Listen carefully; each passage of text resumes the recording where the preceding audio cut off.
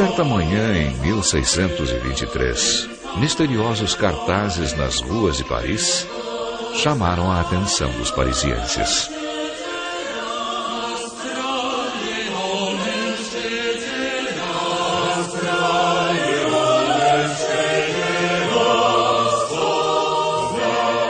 Nós, delegados do Colégio Principal dos Irmãos da Rosa Cruz, estamos fazendo uma visita visível e invisível a esta cidade, pela graça do Altíssimo, para o qual o coração do justo se volta.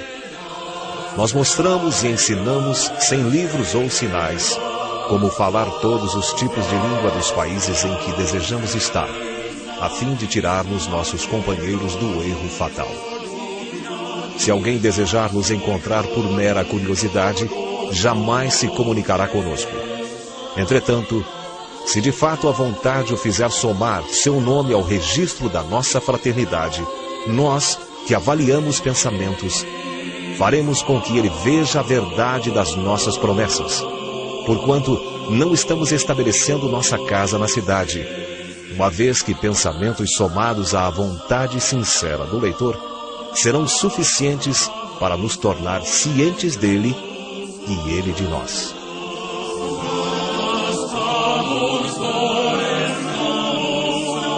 Esses cartazes aludiam a uma misteriosa fraternidade, uma sociedade secreta, a Rosa Cruz. Não era a primeira vez que se falava dessa fraternidade. Alguns anos antes, ela já havia publicado 3 manifestos que ficaram famosos no mundo esotérico: o Fama Fraternitatis, o Confessio Fraternitatis e o Bodas Químicas de Christian Rosenkreuz, publicados respectivamente em 1614, 1615 e 1616. Sabemos hoje que esses 3 manifestos foram escritos por um colégio de Rosa Cruzes, o famoso Círculo Tübingen. Entre eles estavam Johann Valentin Andrea, Tobias Hess, Johann Arndt, Abraham Holzer e Christopher Besold, para citar apenas os mais importantes. Todos apaixonados por hermetismo, alquimia e cabala.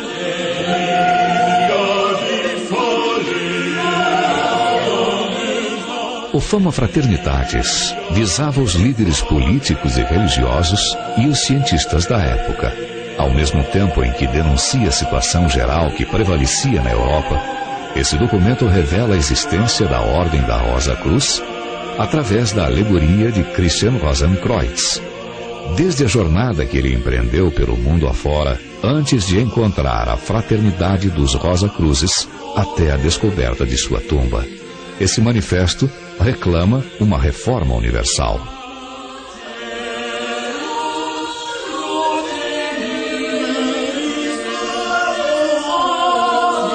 O Confessio Fraternitatis completa o primeiro manifesto. Por um lado, ele insiste na necessidade de regeneração para o homem e a sociedade. Por outro, indica que a fraternidade da Rosa Cruz possui uma ciência filosófica que possibilita alcançar essa regeneração. Dirige-se, portanto, sobretudo ao buscador que almeja participar na obra da ordem e trabalhar para a felicidade da humanidade. O aspecto profético desse documento deixou muito intrigados os eruditos da época.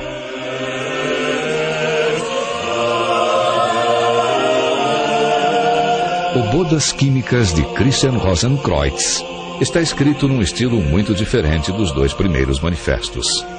Ele descreve a jornada de iniciação que representa a busca da iluminação. Essa jornada de 7 dias acontece basicamente num misterioso castelo, onde vai ser celebrado o casamento de um rei e uma rainha. Simbolicamente, as bodas químicas descrevem a progressão espiritual que leva o iniciado a atingir a união entre sua alma, a noiva, e Deus, o noivo.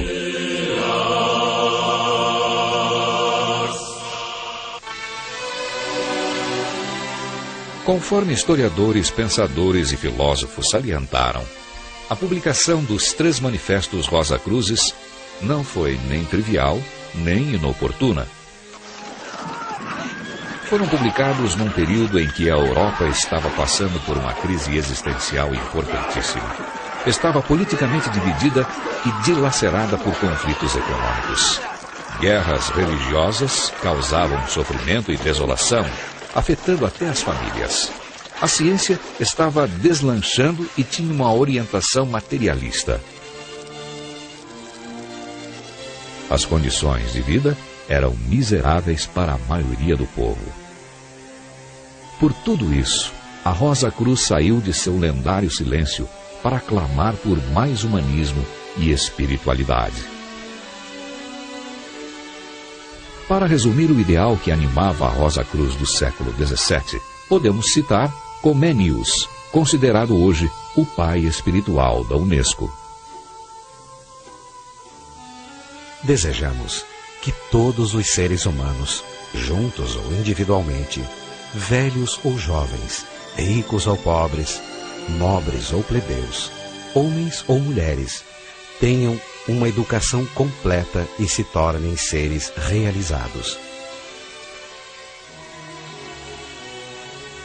Desejamos que sejam plenamente educados e instruídos, não somente nesse ou naquele ponto, mas em tudo o que possa permitir que realizem integralmente sua essência, que aprendam a conhecer a verdade e não ser iludido pelas aparências, a amar o bem e não ser seduzido pelo mal, a fazer o que deve ser feito e se afastar do que deve ser evitado, a falar sabiamente de tudo com todos.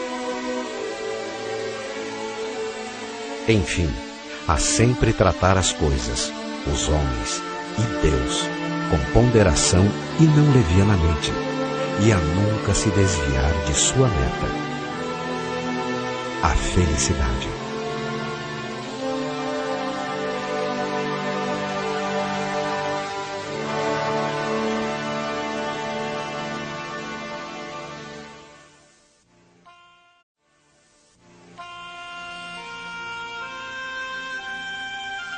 Ainda que a origem histórica da Rosa Cruz esteja no século XVII, sua herança tradicional é muito mais antiga. Alguns historiadores do esoterismo pensam que ela remonta ao Egito Antigo, mais exatamente ao período de Amenhotep IV, também conhecido como Akhenaton.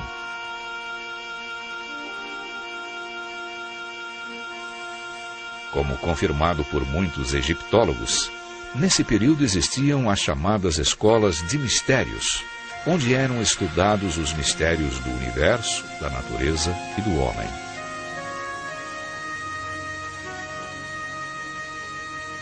Esse estudo deu origem à gnose, um conhecimento secreto que seria perpetuado pelos séculos afora. Do Egito, foi para a Grécia Antiga, passando pelos pitagóricos e depois para a Roma Antiga, por intermédio dos neoplatônicos. Os alquimistas da Idade Média o herdaram e o transmitiram para a Rosa Cruz do século XVII. Michael Mayer, que era membro da Fraternidade Rosa Cruz da época, disse: "Nossas origens são egípcias, bramânicas, oriundas dos mistérios de Eleusis e de Samos, dos magos da Pérsia, dos pitagóricos e dos árabes."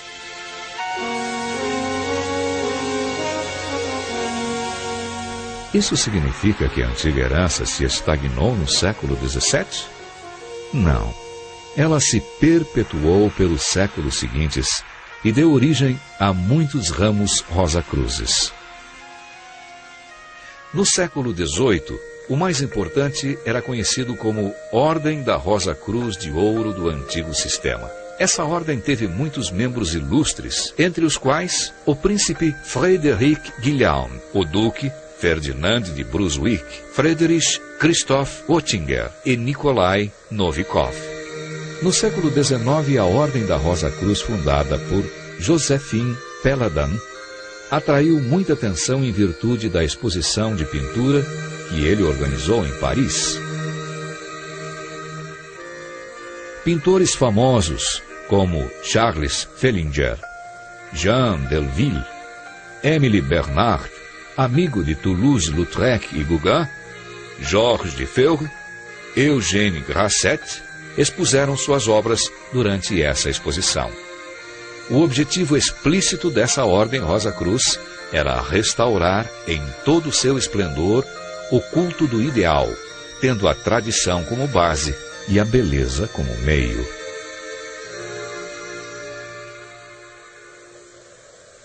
Uma outra escola de pensamento, a livre maçonaria, nasceu na Inglaterra no século XVIII.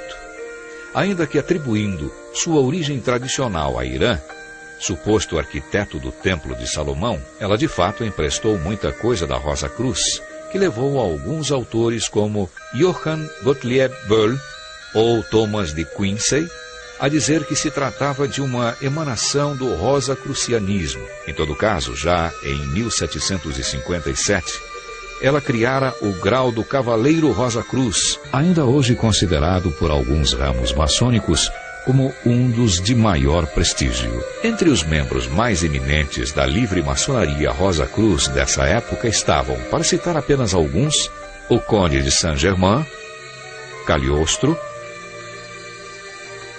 Jean-Baptiste Villermoz e Martinet de Pasquali.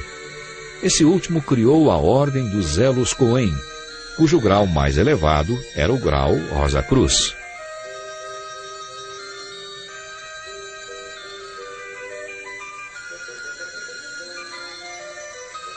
Desde o início do século XX, a herança Rosa Cruz está sendo perpetuada no mundo pela Antiquus Mysticusque Ordo Rosae Crucis, isto é, a antiga e mística Ordem da Rosa Cruz, cuja sigla é a MORC. Aberta a homens e mulheres de qualquer nacionalidade, religião e classe social, a MORC transmite ensinamentos tradicionais, distribuídos em 12 graus. Desde 1915, os ensinamentos são oferecidos de forma escrita e se baseiam na tradição oral da Ordem, tal como nos séculos passados.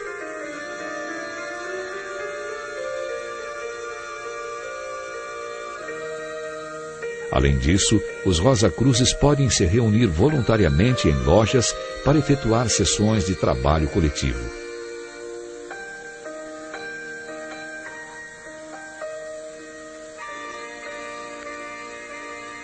É também nas lojas, cuja decoração é habitualmente inspirada no Egito Antigo, que são conferidas as iniciações aos vários graus.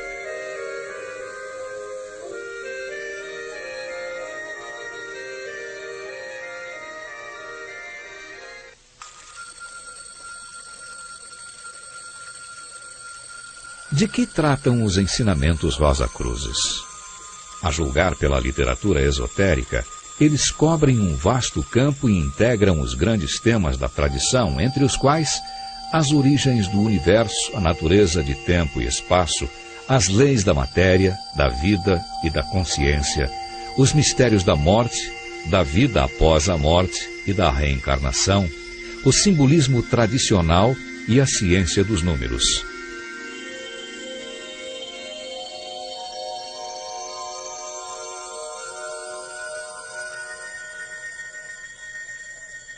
Os Rosa Cruzes se interessam também pelos elos ontológicos que existem entre o homem e Deus, que eles consideram o grande arquiteto do universo, isto é, a inteligência absoluta que está na origem de toda a criação e de tudo o que ela contém nos planos visíveis e invisíveis.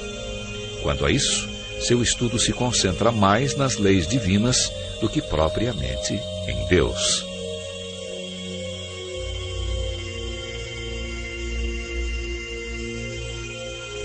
Em paralelo aos seus estudos específicos, os Rosa Cruzes professam uma filosofia fundamentada na alquimia espiritual.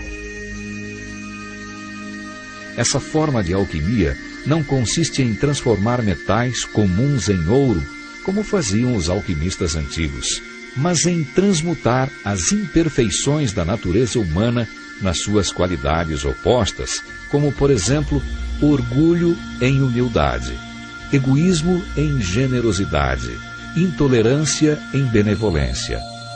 Para pôr em prática essa filosofia, os Rosa-Cruzes se empenham em se aprimorar, de modo a se tornarem melhores em suas atitudes e em seus comportamentos.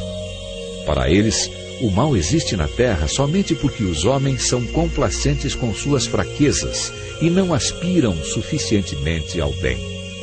O humanismo Rosa-Cruz consiste, portanto, em melhorar o mundo, melhorando o indivíduo.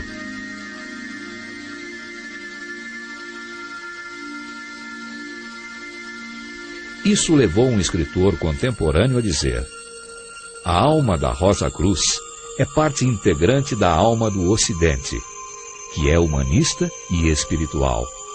Ela é uma de suas facetas, ou uma de suas joias, refulgindo beleza, amor e pureza.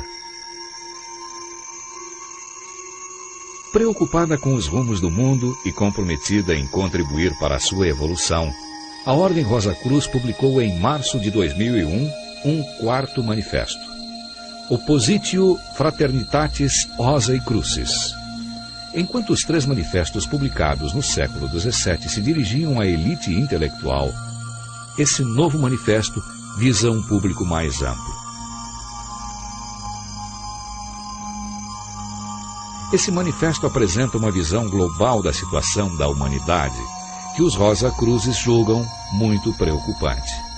Segundo eles, o mundo se tornou demasiado individualista e materialista, o que explica a crise que ele está enfrentando em muitas áreas.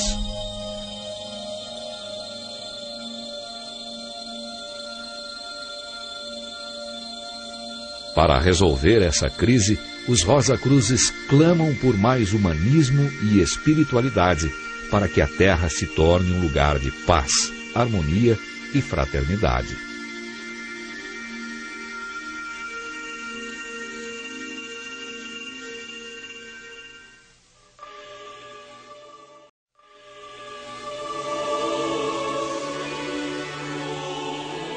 Goethe escreveu: quem casou a rosa com a cruz? Ninguém sabe. A cruz foi usada por vários fins em muitas culturas e tradições, desde tempos muito remotos.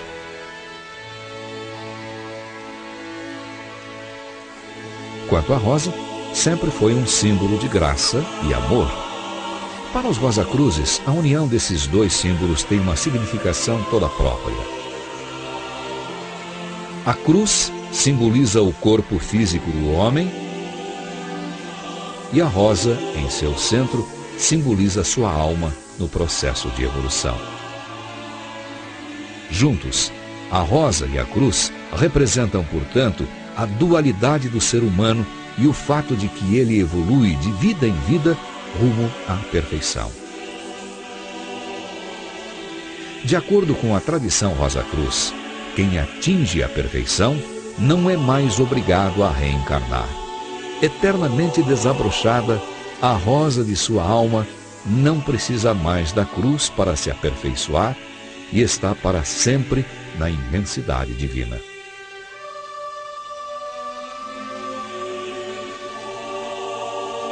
Talvez isso possa explicar o significado da misteriosa divisa Rosa-Cruz.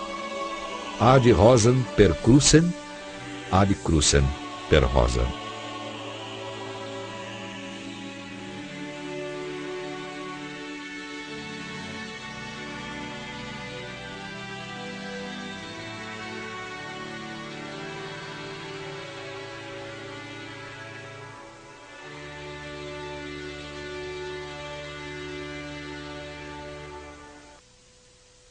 Dos séculos passados até hoje, muitos Rosa-Cruzes têm sido o eco do ideal de sabedoria que os inspirava e ainda hoje os inspira. O maior de todos os erros é estar enganado em relação à verdadeira meta do conhecimento, pois poucas pessoas o procuram visando usar o divino dom da razão em prol da humanidade. Como me seria possível saber que não sou perfeito, se eu não tivesse nenhuma ideia do ser perfeito, com o qual posso me comparar e conhecer as imperfeições de minha natureza? Se o conhecimento estivesse ao alcance da mão e pudesse ser encontrado sem qualquer dificuldade, seria certamente negligenciado. Tudo que é nobre é tão difícil quanto raro. Essa tão extraordinária ordenação do Sol, dos planetas e dos cometas só pode ter como fonte a intenção de um ser inteligente e poderoso, que tudo rege e que denominamos Grande Regente Universal. Avançar para a perfeição. O verdadeiro bem é aspirar à semelhança com a divindade. É avançar para a unidade entre a criatura e o Criador. Cada delito cometido contra a nossa divina imortalidade é um débito que contraímos livremente para conosco e que terá de ser pago nesta encarnação ou na próxima. Deus deu ao homem um valioso amigo, a alma, que incessantemente se faz ouvir e o guia para a luz, que ele está buscando mais ou menos conscientemente. A natureza pode ser comparada ao corpo do ser imenso que chamamos Deus. Ele age e fala através dela, porque ela é seu grande livro. O verdadeiro conhecimento baseia-se em tolerância verdadeira. Da tolerância verdadeira vem a compreensão plena, e a verdadeira compreensão dá nascimento à paz que ilumina e purifica. Todos os seres humanos têm uma filiação comum. São da mesma essência espiritual e vêm do mesmo Criador. Todos são, portanto, irmãos e irmãs, a despeito de raça, crença ou outras distinções. Apesar de todas as vicissitudes que a vida tem, ela é o maior de todos os presentes, porque possibilita que todos os seres humanos se realizem espiritualmente e deem o melhor de si.